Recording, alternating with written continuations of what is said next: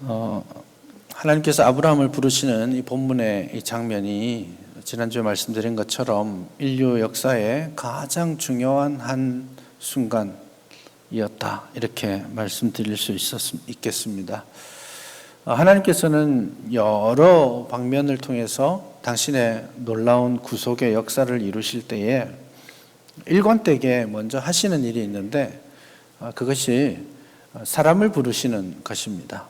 하나님께서 어떤 일을 하고자 하실 때에 제일 먼저 사람을 찾으시고 그 사람을 불러서 준비시키고 훈련시키시고 또 때로는 설득하시고 때로는 채찍질하시면서 그를 세워가시고 그를 통해 하나님께서 일하신다라는 것을 볼 수 있습니다. 사람들은 어떤 사업을 하거나 어떤 일을 할 때 꼭 필요한 게 뭔가 이렇게 제일 먼저 신경 쓰는 것들이 재정이 잘 돼 있나? 돈이 있나? 혹은 그것을 뒷받침할 수 있는 어떤 시스템이나 구조가 잘 갖춰져 있나? 이런 생각을 하는데, 사실 그런 것들도 중요하지만 근본적인 것은 사람입니다. 사람이 하나님의 일을 해나가고, 하나님은 사회 구조나 이런 것들이 아니라 사람을 통해서 헌신된 부름받은 하나님의 백성을 통해 일하신다라는 것을 우리가 먼저 기억할 수 있기를 바랍니다. 출애굽의 놀라운 역사가 있습니다. 400년 동안 계속된 핍박과 고난의 시간이었죠. 그래서 온 백성들이 하나님께 부르짖고 있는 그 순간에 하나님께서 그 400년의 역사를 되돌이키시고 출애굽과 가나안 정착의 놀라운 구원의 역사를 이루시기를 원하셨습니다.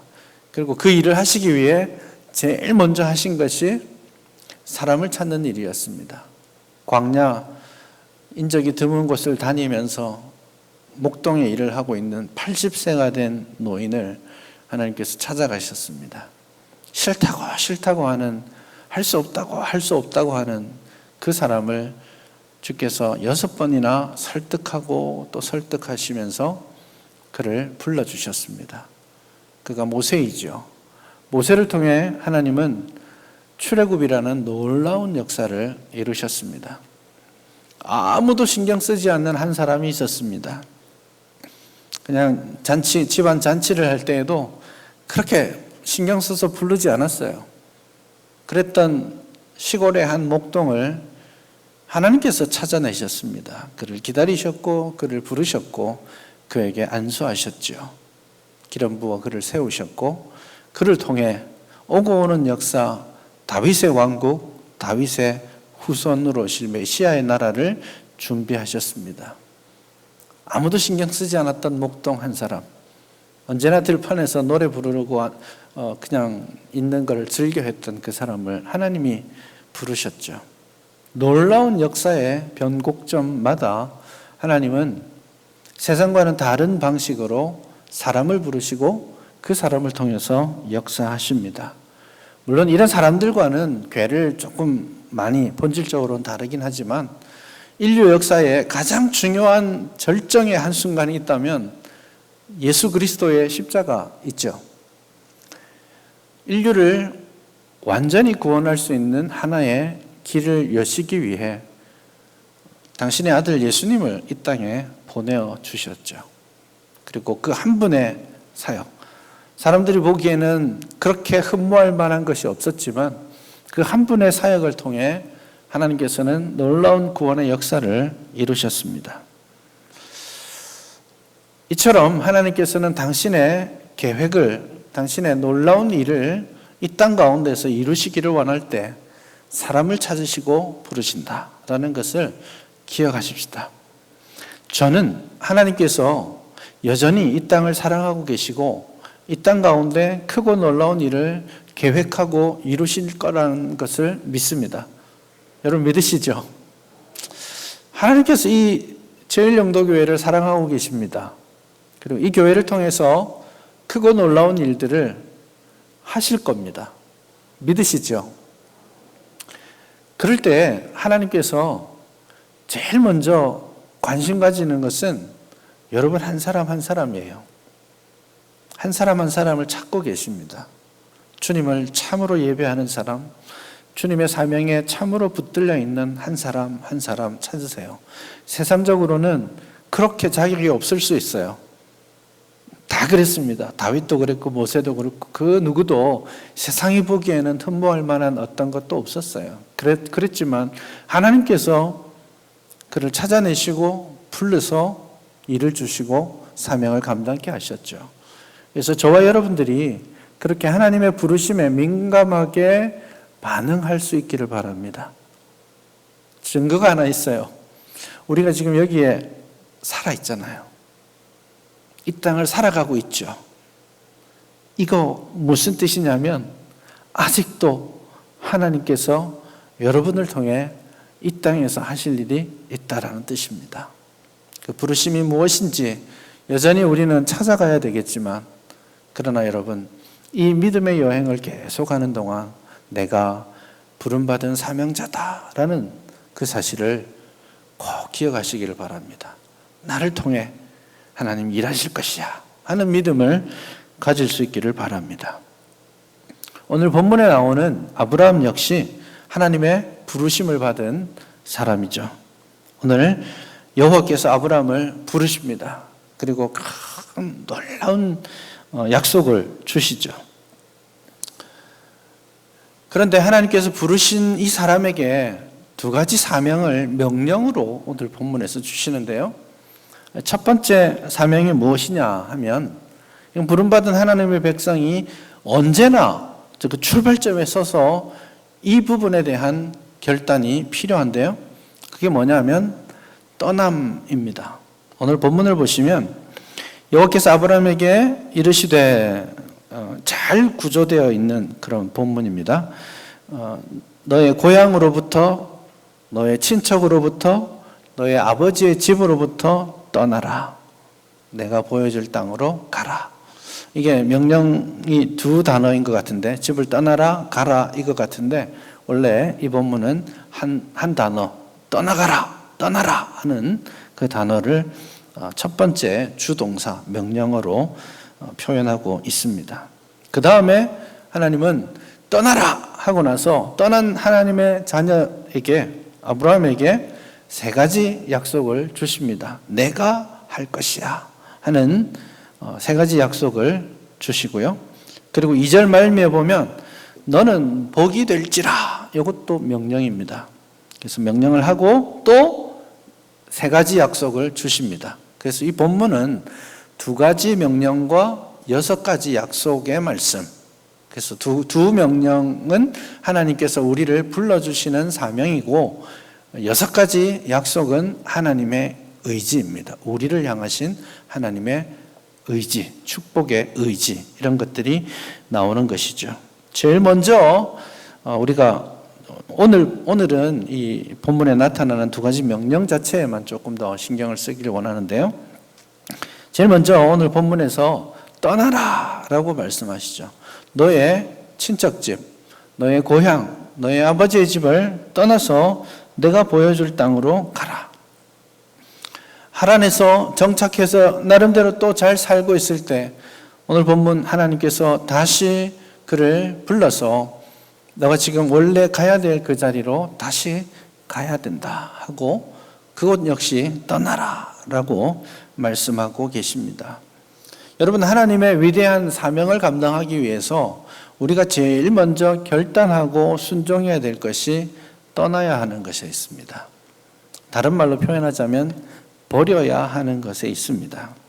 사실 하나님이 나를 기억해 주시고 불러주시고 사명 주신다만 생각하면 참 감사하고 기쁘고 감격적인 것이죠. 그런데 이렇게 하나님이 부르심에 있어서 참 고맙고 감사한 일이긴 하지만 또 한편으로는 그것이 대단히 고달프고 어려울 수도 있다는 것 우리가 잊지 않아야 됩니다. 그러기 위해서 우리가 제일 먼저 시작점에서 해야 될 것이 떠나는 겁니다. 끊어내는 것입니다. 버리는 것입니다. 과거에 죄악된 습관을 끊어내는 것입니다. 이전 것을 지나가게 하는 것입니다. 그래야 새 것이 되죠. 내가 버려내지 않고 포기하지 않고 비우지 않고 하나님의 은혜를 채울 길은 없습니다. 그러므로 과거에 익숙하던 것들, 과거에 내가 추구했던 내 가치들, 내가 원하고 가졌던 소유들, 이런 것들로부터 우리 자신을 돌이켜서 하나님의 약속의 말씀으로 돌아가야 합니다. 그게 떠나는 작업이 우선 우리에게 필요한 것이죠. 위기일 수 있습니다. 아브라함에게 떠나라라고 했을 때 아브라함은 굉장히 많은 생각이 들었을 수 있을 겁니다. 아니, 이 좋은 땅을 떠나라고요? 아니, 내가 평생 여기서 일궈놓은 내 산업이 여기에 있는데 떠나라고요? 저 집 짓느라고 내가 얼마나 고생했는데요. 떠나라니요? 많은 생각이 들었을 겁니다. 하란에 가서 오랫동안 정착했습니다. 그곳이 제2의 고향이 될 정도로 정착했죠. 그런데 하나님이 떠나라고 합니다. 거기서 직장 잘 세팅했고 종들도 물질도 안전하게 다 소유하고 있었습니다. 그때 하나님이 버려두고 떠나, 그렇게 말씀하시는 것입니다. 보이지 않는 미래를 붙들기 위해서 지금 내가 소유하고 있는 현재를 포기하는 것 쉽지 않습니다. 미래는 두려움으로 많이 다가오죠. 현실은 내가 지고 있는 이것이 내 삶을 만들어 갈 것이라는 그런 기대감이 있기 때문에 보이지 않는 미래를 선택하기 위해 보이는 현재를 포기하는 것, 정말 힘든 일입니다. 그래서 바로 여기에 소위 말하는 믿음이라는 것이 필요하게 됩니다. 여러분 생각해 보십시오. 앞으로 선택해서 어떤 일을 하면 대박 날 게 확 실시되면 안 할 사람이 어디 있어요? 어떤 걸 투자했는데 10배의 수익이 난대요. 그러면 안 하겠습니까, 여러분? 안 할 사람은 없겠죠, 현실적으로. 믿음이 필요한 게 아니에요. 그런데 대박 날 거야 말씀은 하지만 아무리 생각해봐도 그 흔적이 없어요. 많은 민족을 주겠다라고 했는데 한 명의 아들도 없어요. 네가 밟는 모든 땅 주겠다고 하셨는데 한 평의 땅도 가지고 있지 않습니다. 척박한 땅으로 가야 합니다. 위기를 선택하는 것이죠. 거기에 믿음이 필요한 겁니다. 사람들은 하나님 앞에 기도할 때 이렇게 기도합니다. 저 역시 이렇게 기도한 적이 꽤 있습니다. 하나님, 길이 맞다면 저에게 보여주십시오. 그렇게 기도한 적이 있습니다. 확신 주시면, 사인 주시면, 하나의 증거라도 주시면 순종하겠습니다. 그렇게 기도한 적이 있습니다. 그런데 하나님 그런 거 잘 주시지 않아요. 물론 그런 걸로 간증하시는 분들도 많이 있습니다만은 개별적으로 하나님께서 그런 마음의 어떤 도전들을 주시는 것도 저는 분명히 이해합니다. 그러나 하나님은 굉장히 자주 우리에게 그런 사인 주시지 않습니다. 그런 걸 기도했는데 별로 응답해 주지 않아요. 대신에 하나님께서 우리에게 요구하시는 것은요, 믿고 가보자. 날 믿고 가. 그냥 나만 보고 한번 버려봐. 그렇게 말씀합니다. 그래서 더 이상 저는 확신 주시면, 사인 주시면, 음성 들려주시면 가겠습니다. 이렇게 기도하지 않습니다. 하나님께서 원하시는 것은 그 정반대인 것을 알게 되었기 때문이죠. 하나님께서 아브라함에게 크고 놀라운 계획이 있다고 말씀하셨어요. 하지만 실제로 아브라함에게 오셨을 때에는 어떠한 선물 보따리도 가지고 오지 않으셨어요. 아무것도 없는데 내 말을 믿어 라고 말씀하시는 것이죠. 근데 다 보여주시면 우리가 순종하며 갈 수 있을까요? 우리가 그렇게 기도 많이 하는데 실제로 그럴까요? 저는 그렇지 않다고 생각합니다. 우리가 그렇게 믿음에 굳게 서 있는 사람들이 아니죠. 제가 2005년 7월에 유학을 떠났습니다.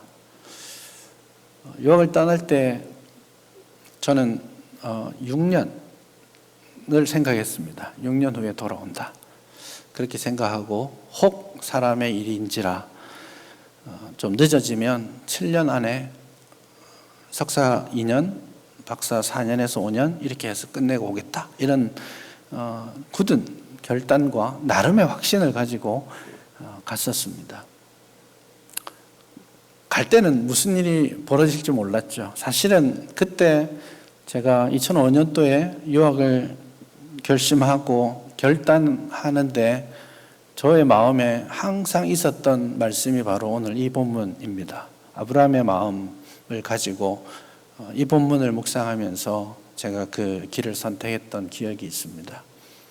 6년에서 7년 보고 갔는데 7년째 되는 겨울이 왔습니다. 시카고는 되게 춥고 겨울이 길거든요. 눈이 빨리 오면 한 10월 말에서 11월 초면 눈이 옵니다. 그래서 4월 말에도 눈이 오고요. 굉장히 길죠. 7년이 되는 그 해, 7년이 지나가는 그 해 연말에 눈을 보면서 제가 굉장히 슬펐습니다. 이 눈을 또 보다니 7년이 됐는데 길이 보이지 않습니다.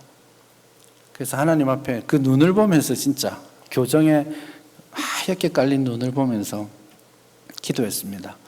하나님, 내년 눈은 안 보게 해주십시오. 딱 1년만 더 가보겠습니다. 그렇게 하고 1년을 지났습니다. 또 눈이 내리네요. 온 길이 너무 아까운 거예요. 그래서 하나님, 1년만 더요. 그렇게 해서 11년을 채우고 13년 만에 돌아오게 됩니다. 저는 정말 하나님이 2005년도에 저에게 너 유학 가면 13년 걸릴 거야 라고 하셨다면 저는 안 갔을 것 같아요. 절대로 안 갔을 것 같습니다. 아니 7년째 되었을 때에 하나님 저 1년만 더 해볼게요 라고 버텨볼게요 라고 기도하던 그 순간에 하나님이 야 내가 너한테 보여줄게. 앞으로 6년 더 해야 돼. 그렇게 하셨으면 저 짐 쌌을 것 같아요. 알고 가는 게 아니에요. 믿음의 길은 보여주시면 가는 게 아니라 보여줄 것을 소망하면서 가는 거예요. 그래서 오늘 본문에서도 본토와 친척과 아버지의 집을 떠나서 내가 내게 보여줄 땅으로 가라. 내가 너에게 보여준 땅이 아니라 내가 너에게 보여줄 땅으로 가라. 잘 모르는데요. 어디로 가서 누구를 만나고 어떤 일을 만날지 잘 모르는데요. 괜찮아. 지금 너에게 필요한 것은 그걸 보는 게 아니라 나를 신뢰하는 거야. 나를 믿고 가는 거야. 그게 믿음의 여정의 출발입니다. 하나님이 출애굽한 이스라엘 백성들에게 광야 40년을 보여주셨다면 출애굽했을까요? 저는 부정적으로 생각합니다. 보여주시면 간다고요? 확신 주시면 간다고요? 그럼 더 이상 믿음이 필요 없잖아요. 보고 가는 건데. 확신하고 계산 다 돼보고 가는 건데. 지금 믿음의 여정에 필요한 것은 보는 것이 아니라 확신하는 것이 아니라 하나님을 신뢰하고 떠나는 것입니다. 내가 익숙하게 여기는 것들로부터 떠나는 것이에요. 내가 잘 귀중하게 소유하는 것들을 포기할 수 있는 것들이에요. 과거에 죄악된 습관들로부터 나를 벗어버리고 이제 하나님께서 나에게 예비해 두신 그 지으실 성을 바라보며 둯대를 향하여서 날마다 그냥 묵묵히 걸어가는 거예요. 어디로 갈지요? 잘 몰라요. 괜찮아요. 몰라도 하나님이 계시니까 그 신뢰하면서 걸어가는 것이죠. 그리스도를 아는 그 고상한 지식을 위해 세상의 것들을 배설물로 여길 줄 아는 지혜가 그 믿음이 우리에게 지금 필요한 것입니다. 쉽지 않을 겁니다. 어떻게 익숙한 것 버리는 게 어떻게 쉽겠습니까? 하다못해 평생 내가 먹는 거 식단 조절 그거 하나도 제대로 하기 쉽지 않은 게 우리네 인생 아닙니까? 그러나 과거를 끊어내지 않고 돌이키지 않고 하나님의 은혜와 하나님의 크신 능력을 경험할 수 있는 길은 없습니다. 그렇게 부름받아 사용되었던 모세를 히브리서 11장은 이렇게 말합니다. 26절 이하는 모세의 믿음을 이야기합니다. 그리스도를 위하여 받는 수모를 애굽의 모든 보화보다 더 큰 재물로 여겼다. 왜냐하면 상 주심을 바라봄이기 때문이다. 그는 믿음으로 애굽을 떠나 왕의 노함을 무서워하지 아니하고 보이지 아니하는 자를 보는 것 같이 참았다. 그는 이집트에서 잘 살았었습니다. 왕자로 살았습니다. 아주 많은 것들을 배웠고요. 부귀영화를 누렸습니다. 권세가 있었습니다. 그러나 그것을 내려놓고 보이지 않는 자를 보는 것 같이 하여 참았다. 눈에 보이는 부귀영화가 아니라 눈에 보이지 않는 하나님의 말씀과 약속을 따라 그분을 따라 참으면서 그의 믿음의 길을 갔다라는 거예요. 그래서 그를 통해 하나님께서 크고 놀라운 기적을 행하신 거예요. 오늘 우리에게 필요한 것이 바로 이 떠남의 은혜입니다. 여러분, 옛것을 벗어버릴 수 있기를 바랍니다. 처절하게 싸움하시면서 과거의 습관들, 죄악들을 끊어내기 위해 노력하시기를 바랍니다. 과거를 지나가게 해야 새 피조물이 됩니다. 이전 것은 지나갔으니 보라 새 피조물이라 그렇게 말씀하고 있지 않습니까? 지나가게 해야 되는 거예요. 떠나야 합니다. 익숙했던 것들로부터, 추구했던 가치들로부터 하나님의 말씀을 쫓아서 그 말씀이 약속하고 있는 것들을 향해서 보이지 않지만, 소유하고 있지 않지만 보이지 않는 분을 보는 것처럼 하여 참아야 합니다. 그것이 우리의 믿음의 여정입니다. 교회가 무엇입니까? 헬라말로 교회라는 말이 어디로부터 떠나온 백성 이 말입니다. 그래서 교회라는 말 자체가 떠난다라는 말이 들어있는 거예요. 우리의 본질입니다. 우리가 이 세상으로부터 떠나온 존재들이고 죄악된 그 습관으로부터 떠나야 하는 것이 우리의 부르심의 첫 출발임을 기억할 수 있기를 바랍니다. 그런데 우리가 여기에 멈춰서면 안 돼요. 왜냐하면 떠나는 것으로는 목적을 이루는 것이 아닙니다. 내가 하나님의 부르심을 받아 떠나는 것으로 끝나는 게 아니에요. 떠나서 무엇을 향해 가느냐, 그게 중요한 것이겠죠. 오늘 두 번째 명령이 바로 그거죠. 떠나라! 그 다음에 2절 말미에 너는 복이 될지라 이렇게 말하고 있죠. 복이 될 것이다 라고 번역한 것 같은데요. 또 영어 여러 번역본들도 복이 될 것이야 이렇게 번역하고 있는데 정확하게는 명령입니다. 떠나라! 하는 명령과 복이 되어라 라는 명령, 이 두 가지가 아브라함을 부르신 사명의 자리입니다. 복이 되어라, 복 많이 받아라, 이게 아니에요. 내가 하나님의 부르심을 받아 복을 누리게 될 겁니다. 그런데 그걸로 만족하면 큰일 나는 거예요. 나 복 주시려고 나를 부르신 게 목적이 아니에요. 그게 중요한 부분일 수는 있습니다. 그래서 복을 받아서 그 복을 나누어서 복이 되는 것, 그게 우리의 부르심입니다. 어디로부터 나와서 열방으로부터 아브라함을 불러서 복이 되게 하시는 것. 누구를 향해서요? 누구를 위해서요? 열방을 위해서. 열방에서 뽑아내셔놓고는 그 먼 길 왔더니 아브라함에게 뒤돌아서서 너가 나온 저 세상을 바라봐. 저 세상이 너로 말미암아 복을 받을 거야. 그렇게 말씀하시는 거예요. 너무 놀라운 거 아니에요? 하나님이 나를 부르셔서 나에게 은혜를 주시고 내가 잘 먹고 잘 살게 하시는 것으로 만족하게 하시는 게 아니라 나로 말미암아서 내가 만나는 사람들이 나로 말미암아서 온 열방이 복을 누리게 되는 거예요. 그게 우리의 사명입니다. 그래서 복이 되어야 합니다. 축복의 통로가 되어야 됩니다. 하나님의 복의 전달자가 되어야 하는 것입니다. 그러니 혹시 이제부터 기회가 되시면 새해 복 많이 받으세요 이렇게 인사하지 마시고 앞으로는 새해는 복이 되십시다 그렇게 인사하면 더 좋겠어요. 내가 받는 복 이미 받을 만큼 받지 않았습니까? 예수 믿고 구원받은 이 은혜가 최고로 큰 은혜 아닙니까?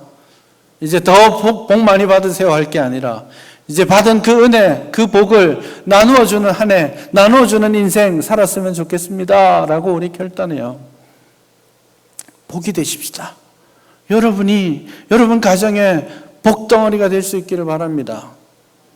여러분이 속한 사회에, 여러분의 직장에, 여러분이 속한 그 지역에 복이 될 수 있기를 바랍니다.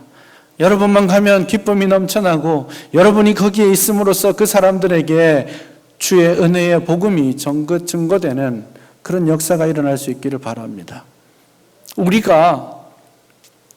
우리뿐만 아니라 우리 교회가 여기 와서 사람들이 예배드리고 좋아 이런 예배 공동체만으로 끝나는 것이 아니라 거기에 힘받아서 이 주변 지역에 제일영도교회가 복이 되었으면 좋겠어요.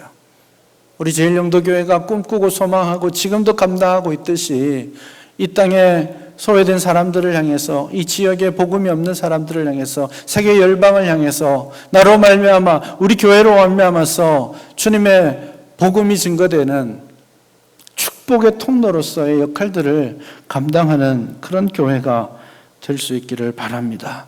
이게 우리의 부르심입니다. 떠나십시오. 그리고 복이 되십시오. 떠나는 것은 출발이라고 그랬죠? 복이 되는 것은 목표입니다. 둘 중에 하나도 포기할 수 없습니다.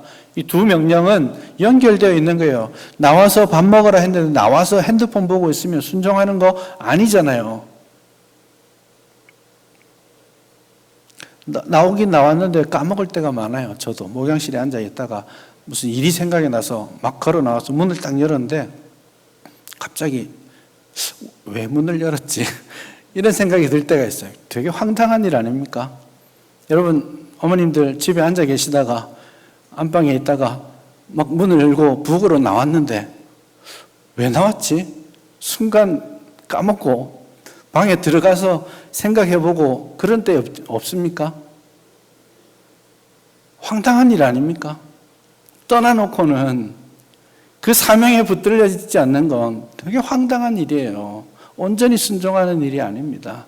그래서 여러분, 과거로부터, 나의 습관으로부터, 내 죄악된 관계로부터 모든 것을 끊어내고 새로운 피조물이 되시고, 그리고 나서는 복이 되십시다.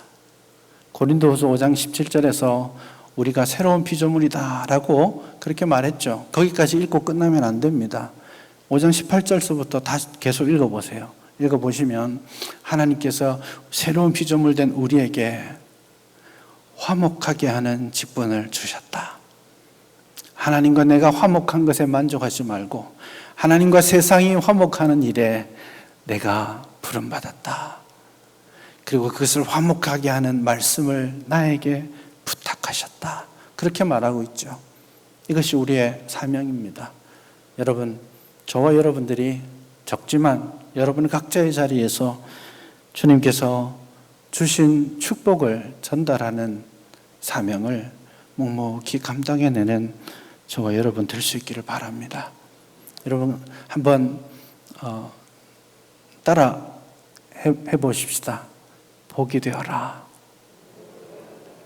저보고 하지 말고 가슴에 손을 올리고 너는 복이 되어라. 한번 해봅시다. 시작. 너는 복이 되어라. 이게 우리의 사명입니다. 이 부르심 끝까지 완성하는 저와 여러분 될 수 있기를 바랍니다.